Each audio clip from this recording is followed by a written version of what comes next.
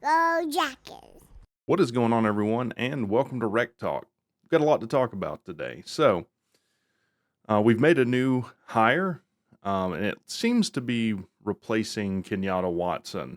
Kenyatta Watson was like recruiting player development. We've now hired another cat from the University of Georgia, Sam Edwards. I know we've hired another recruiting person from UGA. Obviously, we hired Buster from UGA. And make no mistake about it, losing Kenyatta Watson hurts. Kenyatta Watson had really good ties. I think he had like ties with Grayson, which has kind of become a football factory up in the north part of the state.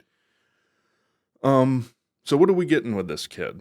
If you look at his LinkedIn for Sam Edwards, he's listed as recruiting and player personnel assistant. So now I guess he's moving from assistant to the guy. I guess it's like the office. You're not the assistant regional manager, you're assistant to the regional manager. He's been in that position 3 years, 5 months. And I just thought it was funny. Like, I'm not taking a dig at the kid, but on his LinkedIn, one of the bullets is consistently use Microsoft Excel, Word, and other platforms to compile and evaluate data, yada, yada, yada. Which I'm a total Excel nerd. I love Excel, so I'm glad to hear that. I'm glad he uses it consistently. But look, I think he was with the Atlanta Hawks for a short stint before that. And with Georgia Tech hires, historically, we're getting someone who's not yet really proven themselves. Like, I think of all our coordinator hires before this last round. This last round kind of was different in that. But it's usually a guy that's coming up out of the group of 5. We don't normally get a proven guy. And look, the reason we're in this position is because aside from the defense, we'll have to see how, completely turning over our defensive staff from last year is going to work out. But everywhere else, offensively and then administratively, Key's made really, really good hires because, bigger SEC schools have hired this kid. Josh Crawford was hired by UGA once Dell McGee left. Tells you that was probably a pretty good hire by Key at the wide receiver position. Kenyatta Watson gets hired by Auburn. I mean, these are schools that are incredibly serious about recruiting. And then Buster Faulkner. Buster Faulkner, I don't see how you could not say he's the best coordinator hire of that cycle. What he's done at Georgia Tech immediately. It seems like a lot of times it takes a year, maybe a year and a half to really start seeing a huge uptick in offensive production or defensive production, depending on the coordinator you hire.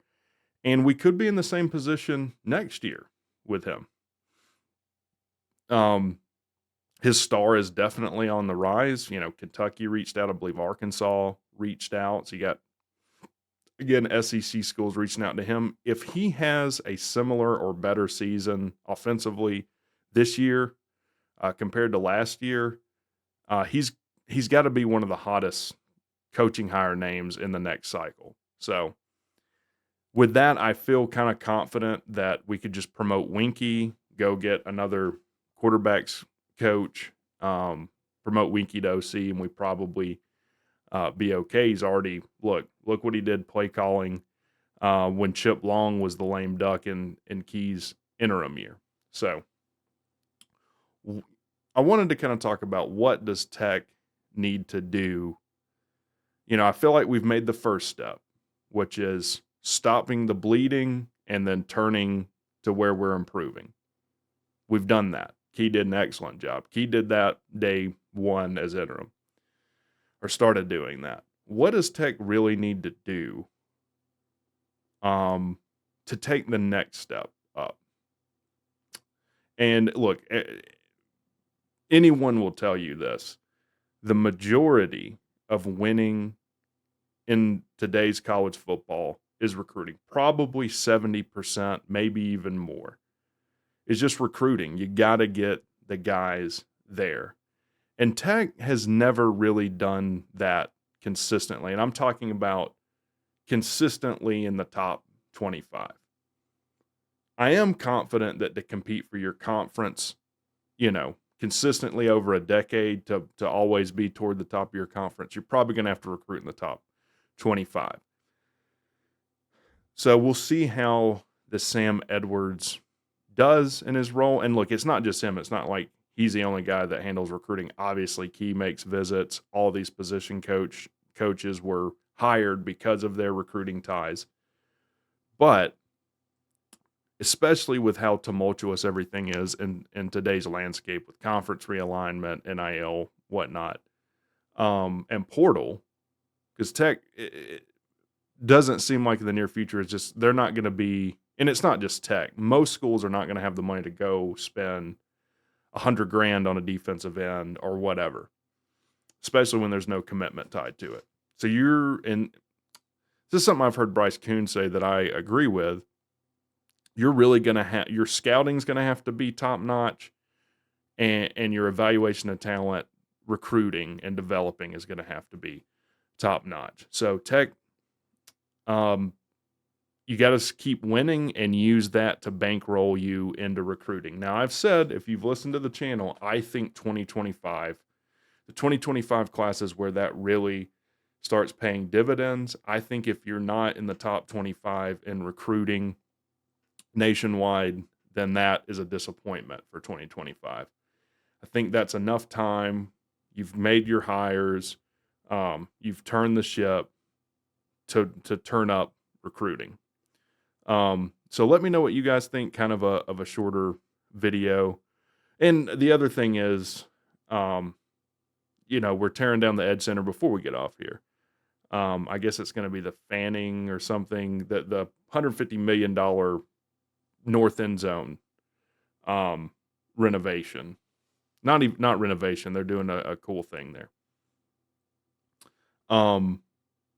That's good. We've done the Hyundai deal. That's something we haven't talked about in a while. I think Jay Batt is doing an absolutely top-notch job. And look, if Tech, goes from just, bowl or better to really taking off, I think Jay Batt would be one that people would be looking to hire to.